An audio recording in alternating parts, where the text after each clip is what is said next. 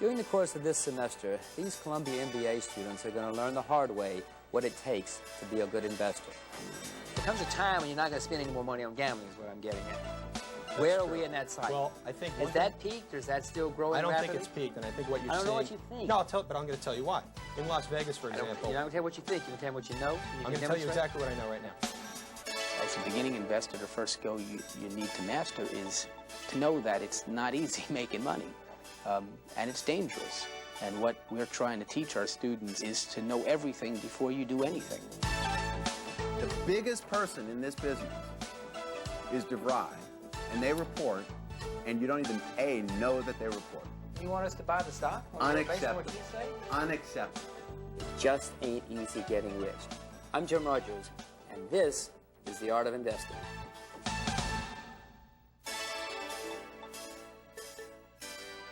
Coming up next, Jim will define what it means to go long and sell short.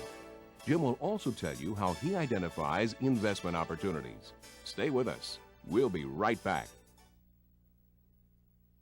Knowledge TV Retro, brought to you by Jones International University, the first fully online accredited university. Change your life for the better on your schedule.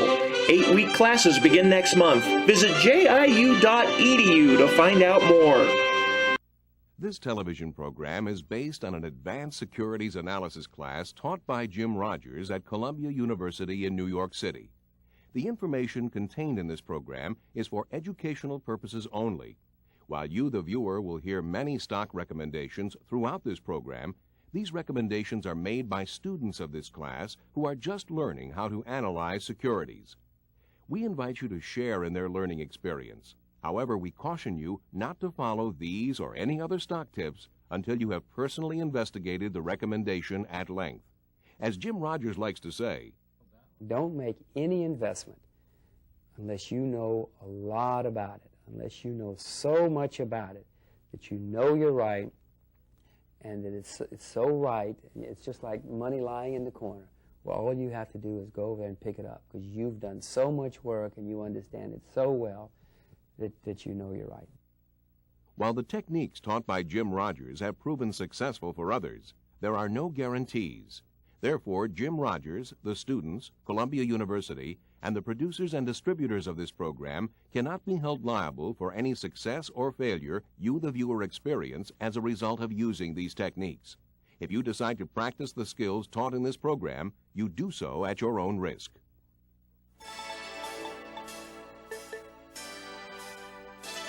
And let's define a couple of basic terms that you may or may not hear in the investment world. Going long. Going long means buying, basically. When I buy something, I go into the marketplace and buy 100 shares of something. That is also known as going long. I'm long it. I own it. I don't know where the term came from, as I think, but if you hear somebody say he is long IBM, that means he owns. He has bought IBM and he owns IBM. Let's define selling short. Two ways to make money in the investment world. The way most people make money in the investment world is they buy low and sell high. In other words, I buy something at $10 a share, and it goes to 25, and I sell it. I have bought it at 10 and sold it at 25, and I have made 15 profit per whatever. You can also reverse that process. It's known as selling short. In other words, I can sell it at 25, and then when it goes to 10, I can buy it. I have still bought and I have still sold. I have just reversed the process. I sold it at 25 and bought it when it went to 10. I still made 15. Now you're going to say, well, how do you sell something if you don't have it? How do you sell this thing at 25 if you don't have it in the first place to sell? Well, you borrow it. It's very common. It's very easy to do. You don't even know it's happening. You just call up your broker and say, sell short 100 shares of something at 25. He takes care of all the rest of it. He borrows it from somebody, sells it, gives you the money. Then when it goes down, you buy it at 10. Your broker gives the shares back to whoever you borrowed them from, and everything is fine. It's just like if you borrow money from the bank. You don't know where it came from. You don't care where it came from. All you know is you borrow the money. It's money you didn't have. You borrow it, and you have to pay it back. Now, let me just remind you that I just explained to you about selling short, and it's wonderful, I just explained to you about buying, goes from 10 to 25, or from 25 to 10, you might buy a stock at 10, you might go long a stock at 10, and it goes to 4. Well, you've lost money in that case. Similarly, if you sell a stock short at 25 and it goes to 30, you have lost $5 a share. If it goes to 35, you have lost 10. If it goes to 50, you've lost 25. One thing I should alert you about selling short is, if you buy a stock, theoretically, if you buy anything, theoretically your profits are limitless. You can go from, you buy a stock at 10, it can go to 20, it can go to 100, it can go to 1,000, it can go to 1,000,000. So you can make 2, 3, 5, 50 times on your money. If you sell a stock short, the most you can make is 100%. Let's say you sell a stock short at 25. The furthest down it can go is to 0. Well, from 25 to 0 is 100%. It can't go below 0, so you can't make more than 100% when you sell short.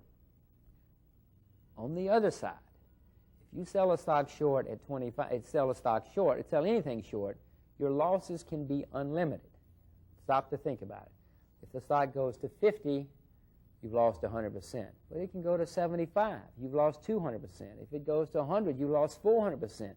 When you sell short, your losses can be infinity. Your losses can never go on forever if you're wrong. If you buy something, your profits can be infinite. You can make infinite multiples on your money. If you buy something and it goes wrong, you can only lose 100%. If you sell something short, you can only make 100%. It's an important distinction.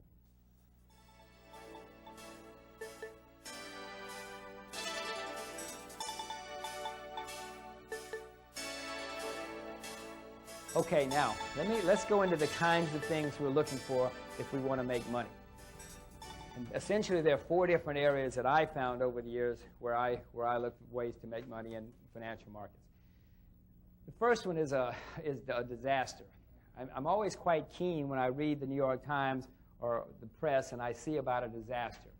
Because whenever there's a disaster, needless to say, something gets cheap. When people go bankrupt, or when there's war, or when there's some kind of epidemic, it's going to be a disaster for a lot of people. A lot of things are going to suffer, especially stock prices. For instance, I'll tell you some stories, the kinds of things I'm talking about. Lockheed, in one period in its history, decided they were going to go into the commercial airline business. Lockheed was a great defense contractor. They decided they'd expand as defense started getting bad. So they decided they'd go into the defense business, to the commercial airline business. Well, they weren't any good at it. Lockheed essentially went bankrupt trying to build these jumbo jets. They failed miserably. They essentially went bankrupt. They were in such bad trouble, it looked like the government was going to have to bail them out. The price of Lockheed went down about 95%. That's where they tried to go into the business. That's when they failed. See, the stock collapsed here. Now, if you'd done your homework at the time and gotten out your balance sheets and gone and done your homework and done your work, you might have bought Lockheed. You might have bought Lockheed here for lots of reasons. Well, the price of Lockheed has gone up 150 times, and that's in 25 years. Now, if you can make 150 times on your money in 25 years, you don't need to take this course.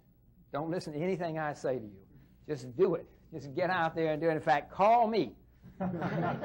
Call me as soon as you figure out one that you think is going to go up 150 times in the next 25 years, and you're going to make a lot of money. Now, the second place that I look, anyway, is I look for when I see trees growing to the sky. You know, the people on Wall Street and the financial communities have a habit that if an industry really does well for 5 or 6 years in a row, they think this is going to go on forever. After 5 years of growing 20 or 30, 15, 20, 30% in a row, people say, gosh, things are great. This is a tree which is going to grow to the sky. This is a growth stock, it's called. Well, nothing. If you go back and read your financial history, you will find that nothing goes on forever. No company, no country, no family, no industry ever has gone on forever. Some take longer than others to collapse, but they all eventually collapse. How many of you remember video games? You all should remember video games. You were 13 years old when they came into, you were all playing video games. Any of you ever heard of Atari? I bet you have. Well, in 1983, when you all were playing with video games and they were sweeping the land, if you'd sat down and figured it out, you would have figured that to justify the prices of some of the stocks that were going on in the video game business, everybody in the land would have had to have 4 video games, including your grandmothers, including your rabbi, including your priest, including everybody you knew had to have at least 4 video games. In 1983, 5% of the graduating class of the Harvard Business School went to work for Atari. 1983, 82, 81, one of those years. 5% of everybody who got out of the Harvard Business School in 1981 went to work for Atari. 3 years later, Atari was bankrupt.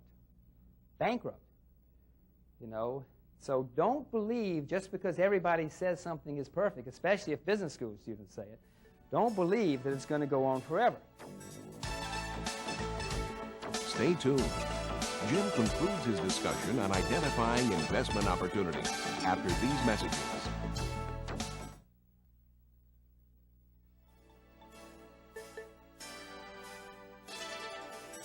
The third place that you look for, that I look for things to make money in the financial markets, I look for whole new concepts, whole new industries, whole new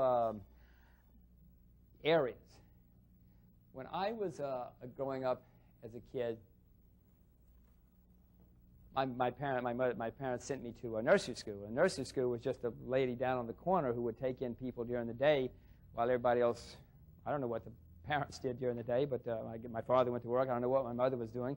But they sent me and all the other kids in the area, in the neighborhood, to nursery school. And that was this lady, this nice old lady, who had a nursery school. About 10 or 15 years later, after I was going to nursery school, some guys in Alabama, of all places, decided that they could really do nursery schools. They could run these nursery schools, and there's probably a lot of money to be made in nursery schools. And so they went along and started opening nursery schools, only they called them daycare centers. They didn't like the name nursery school because that was sort of, everybody ridiculed them. They finally came public. I remember when they finally came public, there's only one institution on all of Wall Street that would even buy the stock. It was such a laughing stock. One. They were from Alabama, nursery schools, who the hell wanted, who cared, or anything else. But if you'd bought that stock, it was called daycare centers. It was a whole new area. The stock went up about 100 times in the next 10 years because people suddenly realized women were working, there were 2-family households, these guys could do it cheaper, safer, more efficiently, and you could get something out of it, and they could sweep the nation. And yet at the time, it was such a new concept and such a ridiculed concept that you could have bought the stock for nothing. The fourth area that I look for is the government. You have to watch what the government's doing. First of all, you have to watch what the government's doing just because you're all citizens, and these guys are wacko. But, the government spends, the government's budget is hundreds of millions of dollars. If the government decides there's a problem, and they decide, well, we're just going to spend $1 billion. That doesn't even show up on the budget, $1 billion.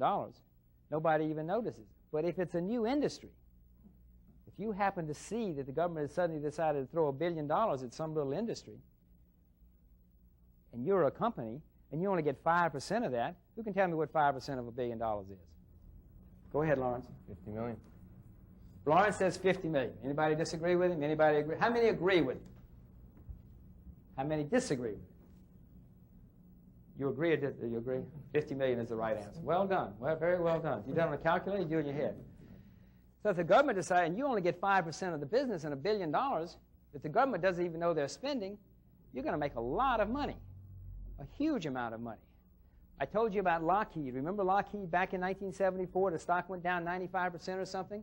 Well, the government started doing X. Doesn't matter what they started doing, but the government started doing X, and Lockheed couldn't disappear. That's all you had to know.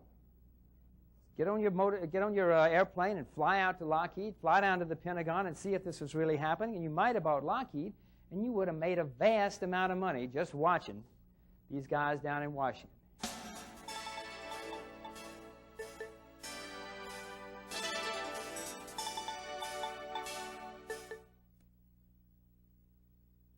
Hi, my name is Brad Patelli. I cover the security industry, and more specifically, I look at the companies that do bomb detection. Today I'm here to talk about a short sale recommendation on Behringer Technologies, which is one of the several firms which has appreciated tremendously since the Flight 800 TWA disaster on July 17th. What I had done to begin the analysis is gone back and looked at the other bombing incidents which have taken place over the course of the last 8 years or so, which would include the Pan Am Flight 103 bombing, the World Trade Center bombing, the Oklahoma City bombing, and looked historically at what had happened to these stocks immediately following the incident, and then also attempted to look at this 3 months after and further out after the incident. Great. So in the past, when there's been a bomb or a bomb scare or an act of terrorism, these stocks have gone up and they've come back to earth. Yes. But you know, we're looking for change here. Maybe this time it's going to be different.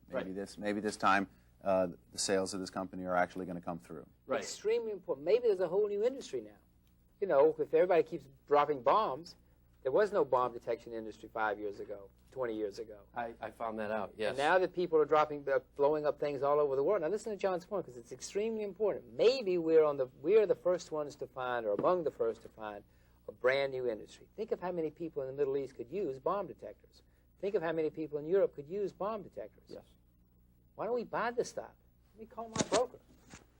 I mean, 5 years ago, did you really consider it a risk when you got on an airplane that it might get blown up? And what is your feeling about that now? More to the point. More to the point. Maybe there's John's point that maybe there's a whole new industry here. I agree with that. How many companies are in this business? There's two specific segments of the business. Okay, there's really X-ray technology, which would be kind of throughput type things where bags would go through, et cetera.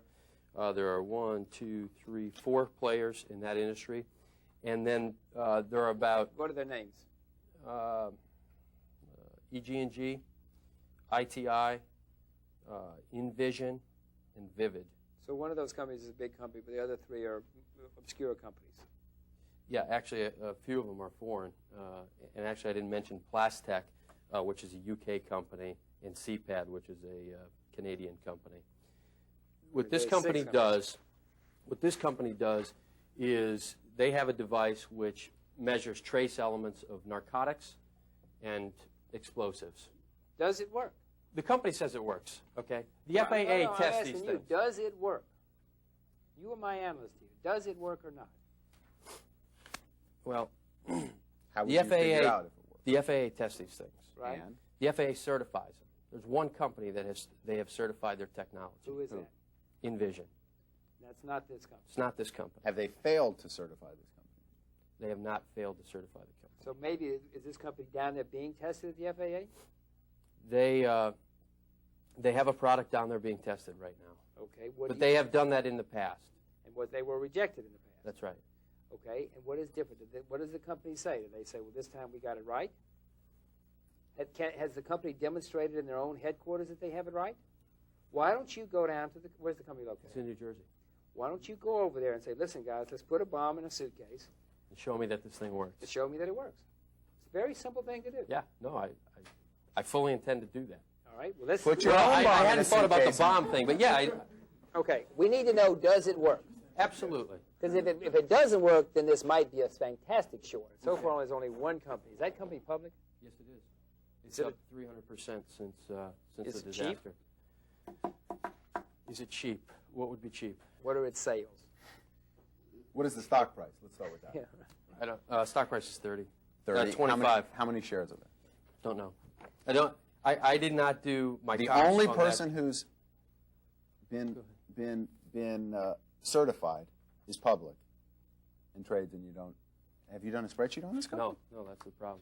Well, Brad, I mean, don't you think you ought to know? Golly gee. Because maybe, Yes, I do think I your should know. point is, the point is, look, this other company's got 90% of the business. They're already certified. It's growing like a weed, and even if these guys come in, they don't have a chance. Is their product cheaper than Behringer? No, see, the InVision technology doesn't compete directly with it. Uh-huh. Okay, the metal This sounds like a detectors. fantastic opportunity to buy. Why so? Well, I mean, the alternative, according to your paper, is dogs, right?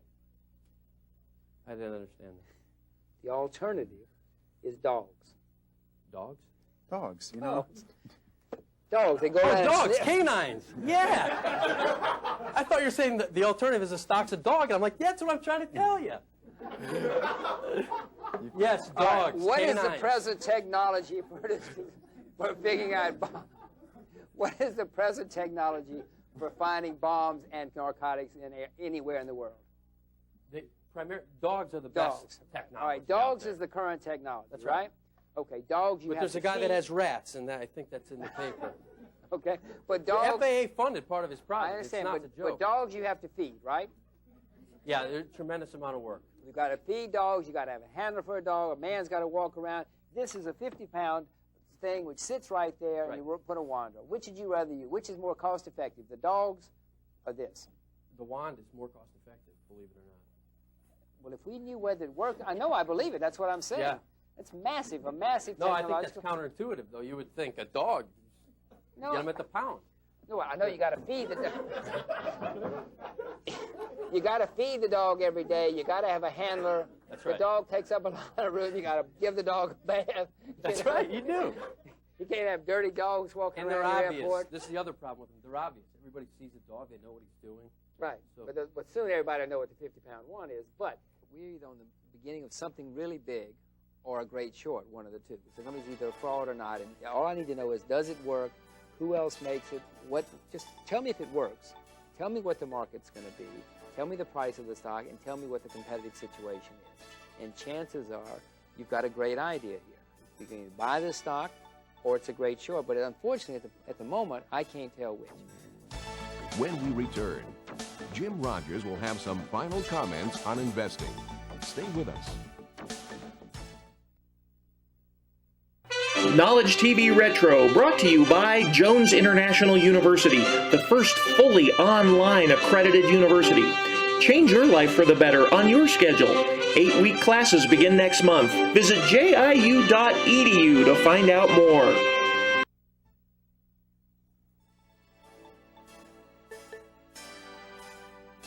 The way you make money in the investment business is you look for change. You find something that's very, very cheap, where positive change is taking place and is about to take place, and you buy it.